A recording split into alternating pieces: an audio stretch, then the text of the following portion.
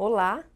Stephen Hawking foi um notável físico inglês que desencarnou recentemente e que deixou grandes contribuições para a humanidade com estudos e teorias da maior importância.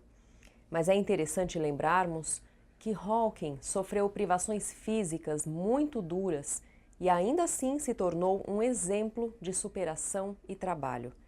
A história da sua vida pode nos ensinar valores importantes.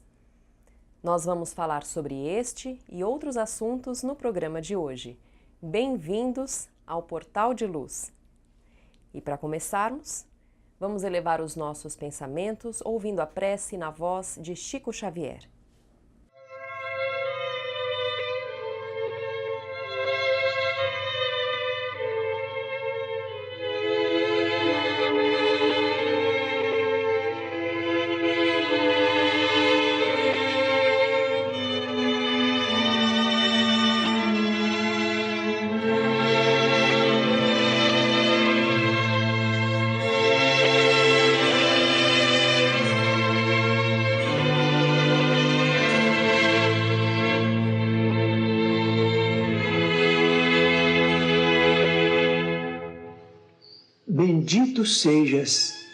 Bendito sejas, coração amigo, pelo pão que dás à porta, ao companheiro que se desconforta na aflição da penúria sem abrigo. Deus te faça feliz pela roupa que ofertas aos torturados do caminho, que tanta vez se vão no desalinho das feridas que trazem descobertas. Deus te conceda o prêmio da ventura pela ternura sorridente, com que levas ao doente o amparo do remédio e a esperança da cura. Deus te guarde na fonte da alegria, para lenir no esforço a que te des a orfandade e a viuvez que vivem para a dor de cada dia. Deus, porém, te abençoe, coração brando e pasmo, com a mais sublime recompensa, quando ouvidas a intromissão da ofensa, o golpe da injustiça e a pedra do sarcasmo. Deus te exalte no santo esquecimento do mal que te golpeia, reduzindo a extensão da chaga alheia sem cogitar do próprio sofrimento. Bendito sejas, coração submisso, embora sábio entre os mais sábios, pela palavra boa de teus lábios, no exemplo da bondade e do serviço, porque o amor transforma a sombra em luz e o perdão, onde ampare, nunca erra, auxiliando a vida em toda a terra para o reino divino de Jesus.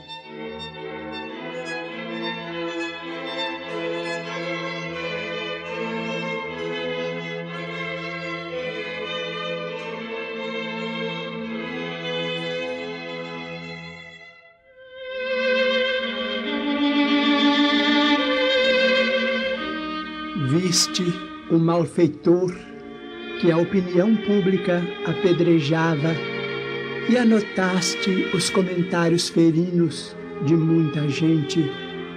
Ele terá sido mostrado nas colunas da imprensa por celerado em vulgar de que o mundo abomina a presença.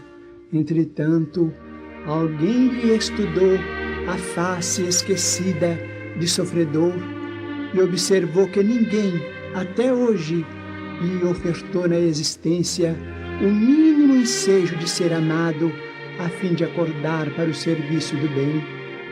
Soubeste que certa mulher caiu em desequilíbrio diante de círculos sociais que fizeram pesar sobre ela a própria condenação. Alguém, todavia, enxergou-lhe a face oculta e leu nela, inscrita a fogo de aflição, a história das lutas terríveis que a acusada sustentou com a necessidade, sem que ninguém lhe estendesse mãos amigas nas longas noites de tentação.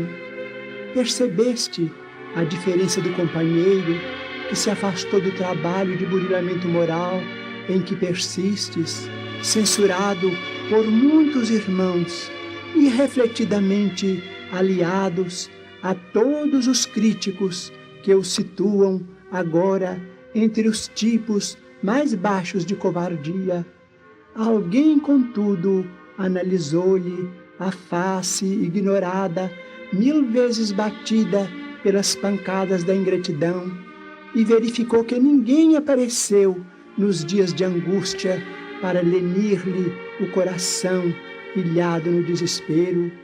Tiveste notícia do viciado socorrido pela polícia e escutaste os conceitos irônicos daqueles que o abandonaram à própria sorte.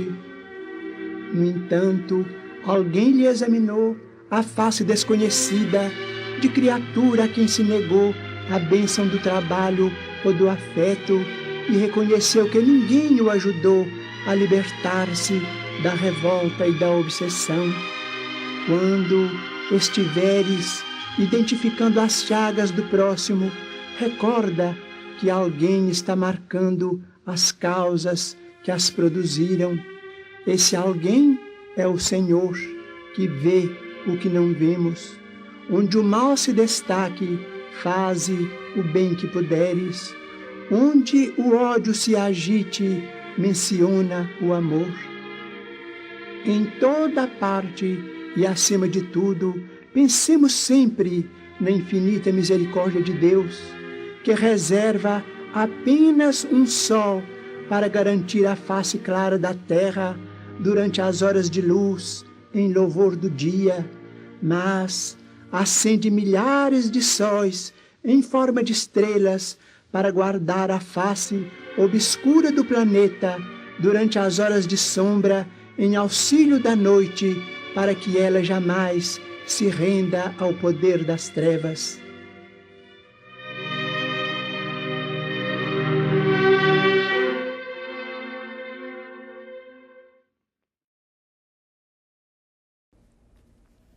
Stephen Hawking nasceu em 1942 em Cambridge, na Inglaterra.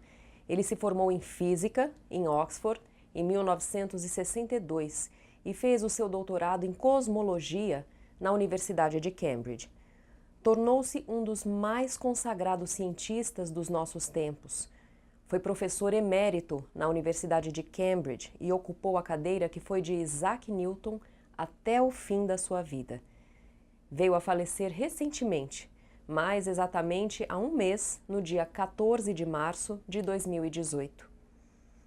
Mas esse notável físico inglês, que deixou tantas contribuições para a humanidade com a sua inteligência privilegiada, entra para a nossa história também por outro motivo.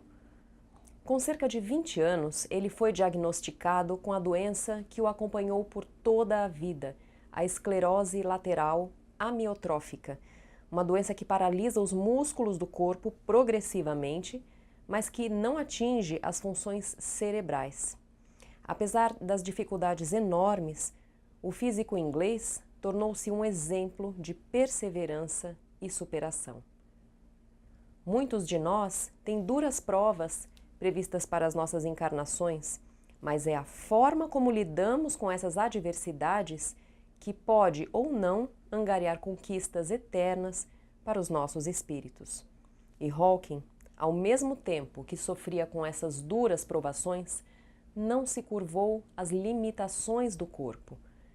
Quem de nós não viu a imagem de Hawking na televisão, sentado na cadeira de rodas, com deformidades por todo o corpo, e ainda assim prosseguindo com os seus estudos, palestras, aulas e as suas importantes publicações científicas? E, aliás, falando das suas publicações, Hawking se dedicou com empenho não somente para escrever textos que fossem estudados pela comunidade científica, mas também para escrever alguns livros que tinham como objetivo fazer o público leigo entender questões complexas da ciência. E entre eles, 2 best-sellers: Uma Breve História do Tempo, do Big Bang aos Buracos Negros, e O Universo numa Casca de Nós. A sua obsessão era estudar os buracos negros. Em volta de um buraco negro define-se uma região que qualquer coisa que ultrapasse aquela área não consegue escapar à força gravitacional e é puxada para dentro dele. O grande desafio deste assunto para a física contemporânea é que o buraco negro, por ser uma área muito pequena, mas com uma massa muito grande, requer a união dos princípios da mecânica quântica e da teoria da relatividade. A quântica fala das leis que regem o mundo microscópico, enquanto que a teoria da relatividade rege os fenômenos de massa muito grande ou de corpos que tendem à velocidade da luz. Mas a união destas duas ciências, até onde se conhece hoje, é profundamente difícil, porque as leis se mostram matematicamente incompatíveis. E o esforço de aproximar essas duas grandes áreas da ciência ocupou a atenção de Hawking até o seu último minuto de vida. E um outro ponto importante da biografia de Hawking é a questão da sua postura quanto a Deus. Hawking, por várias vezes, se disse ateu, mas ele era um ser profundamente espiritual, ainda que tivesse uma postura clara de recusar a religião. Ele dizia que o universo era governado pelas leis da ciência e que estas leis poderiam até ter sido criadas por um ser superior, mas que este ser jamais poderia intervir para quebrar essas leis de acordo com cada situação. Ao que parece, ele não recusava a existência de um Criador, mas via com descrença a ideia de milagres ou de que este ser, este poder superior, agisse sobre a natureza mudando as suas leis aleatoriamente para punir alguns ou privilegiar outros. Isto é o que muitas religiões acreditam. E isto não seria racional, e Hawking, portanto, jamais concordaria. Ele acreditava, como vimos, na imutabilidade, na constância das leis que regem a natureza. O que tornava Hawking um ser espiritualizado era sua busca pela origem das coisas. Por que existe algo ao invés do nada? Cientistas que buscam isso incansavelmente estão, de certo modo, à procura das razões mais profundas que nos ligam à realidade. Assumem que existe algo a ser descoberto, muito mais profundamente, e que ainda nem conhecemos. Talvez a sua negação por Deus era, na verdade, para se opor aos equívocos criados pelas instituições religiosas. Hawking criticava a religião, não a espiritualidade. Criticava a postura de instituições humanas religiosas que se viam como detentoras da verdade. Ele, como cientista, estava à procura da verdade. Ao recusar a religião, talvez, recusasse os desmandos e equívocos cometidos ao longo da história em nome de Deus. E a sua experiência com a doença também nos convida a uma reflexão sobre as dificuldades das provas que assumimos antes de encarnar, por nos ensinar que uma limitação física não é uma barreira intransponível e que a força de vida que habita em nós pode dar prova de testemunhos enormes. Enquanto enfrentamos o sofrimento, podemos ensinar aos que convivem com a gente como persistir, ensinar que as limitações estão apenas dentro da nossa cabeça. A limitação não existe se assim determinarmos. Os exemplos e o legado deixado por Stephen Hawking permanecerão vivos. E vamos encerrando com uma frase dele que traduz o quanto de determinação e força ele teve para vencer as dificuldades. Não deve haver limites para o esforço humano. Somos todos diferentes. Por pior do que a vida possa parecer, sempre há algo que podemos fazer e em que podemos obter sucesso. Enquanto houver vida, haverá esperança. A Creche Lar do Alvorecer é uma entidade assistencial mantida pelo Grupo Espírita Caibar Schutel. Localizada em Diadema, tem como propósito trabalhar pelo desenvolvimento de uma cultura de paz através da educação e da assistência a crianças, jovens e adultos. São 250 crianças atendidas diariamente. Conheça nossas atividades e colabore conosco pelo ideal de um mundo melhor. www.lardoalvorecer.org.br. O jornal Folha Espírita, fundado em 18 de abril de 1974, se dedica à divulgação da doutrina espírita. Saiba mais sobre assuntos atuais com o enfoque do espiritismo, além de entrevistas e artigos de diversos colunistas. Você pode escolher na versão digital ou impressa. Acesse e faça sua assinatura. www.folhaespirita.com.br. Chamamos agora a nossa amiga Sandra Marinho com o quadro Educa a Tua Alma. Queridos amigos, queridas amigas, certa vez eu estava conversando com um jovem casal assim que tinham acabado de confirmar a notícia da gravidez. A boa nova de um bebê na família trouxe a todos alegria, mas também certa expectativa. O jovem papai, na ocasião, estava desempregado e sua mulher estava no emprego há menos de um ano e ainda passando pela correria do último semestre na faculdade. Acrescenta-se à situação o fato de estarem financeiramente apertados. Foi então que eu, ao recordar sobre o tempo em que eles estavam juntos, cerca de 3 anos, os fiz ver o quanto já tinham feito nesse período. Haviam se casado, se mudaram e reformaram a casa em que moravam. Ela tinha entrado para a faculdade, já estava prestes a se formar, e tudo fizeram à custa de sacrifício e determinação, por vezes enfrentando momentos de provação, que não me cabe aqui relatar. Enfim, foram muitas as agruras que ficaram no passado. Estou contando esse episódio que tive oportunidade de acompanhar de perto, por se referir a uma vivência da vida real que comprova que tudo na nossa vida passa. No livro Estude e Viva, psicografado por Chico Xavier e Valdo Vieira, tem uma lição intitulada Provações de Surpresa, de autoria de André Luiz, na qual ele discorre sobre a melhor reação que devemos ter diante dos golpes morais e materiais que nos chegam de sopetão, sem aviso prévio. No mesmo texto, André Luiz nos explica que quando enfrentamos as dificuldades, as quais com o passar do tempo se incorporam à nossa rotina, tais como a convivência com um ente querido difícil ou uma doença crônica, estamos, na verdade, nos preparando para enfrentar as provações de surpresa que caem como um raio sobre as nossas cabeças.